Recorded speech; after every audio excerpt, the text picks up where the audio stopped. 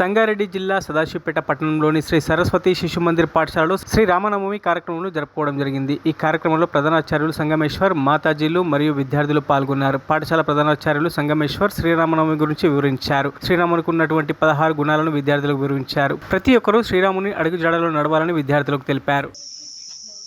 నాన్న చెప్పగానే తాను రాజు కావాలి. వాస్తవానికి అలాంటి శక్తి కూడా ఉంది.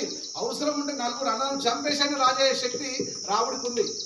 కానీ తన నాన్న చెప్పగానే ఎక్కడికి పోతున్నాడు? వనవాసానికి వెళ్తాను. అవునా కదా? అప్పుడు అక్కడ ఉన్నటువంటి వాళ్ళ తమ్ముని పేరు తెలుసా? ఏం పేరు? ఇంకో తమ్ముని పేరు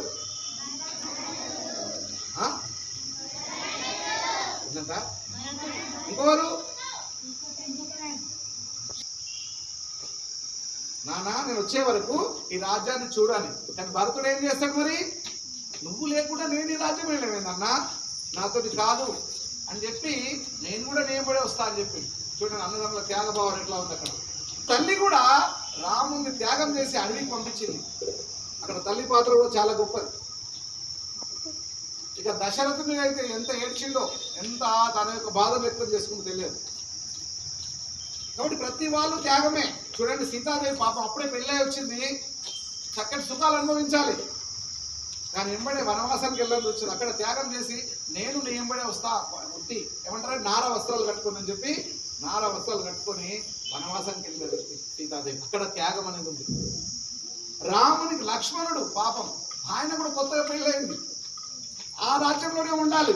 కానీ లక్ష్మణుడు ఆ భార్యను విడిచిపెట్టి నాకు అవసరమే లేదు భార్య, నేను నీ ఎంబడే వస్తా అని చెప్పి ఆయన కూడా త్యాగం చేసి వనవాసానికి వెళ్ళిండు.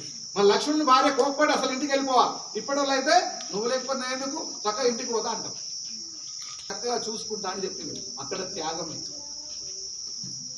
కాబట్టి రామాయణంలో ఉన్నటువంటి త్యాగ భావన దేంట్లో లేదు. త్యాగం వల్ల జరిగింది ఏంటి? ఒక మంచి జరగాలంటే త్యాగం అనేది ఉండాలి.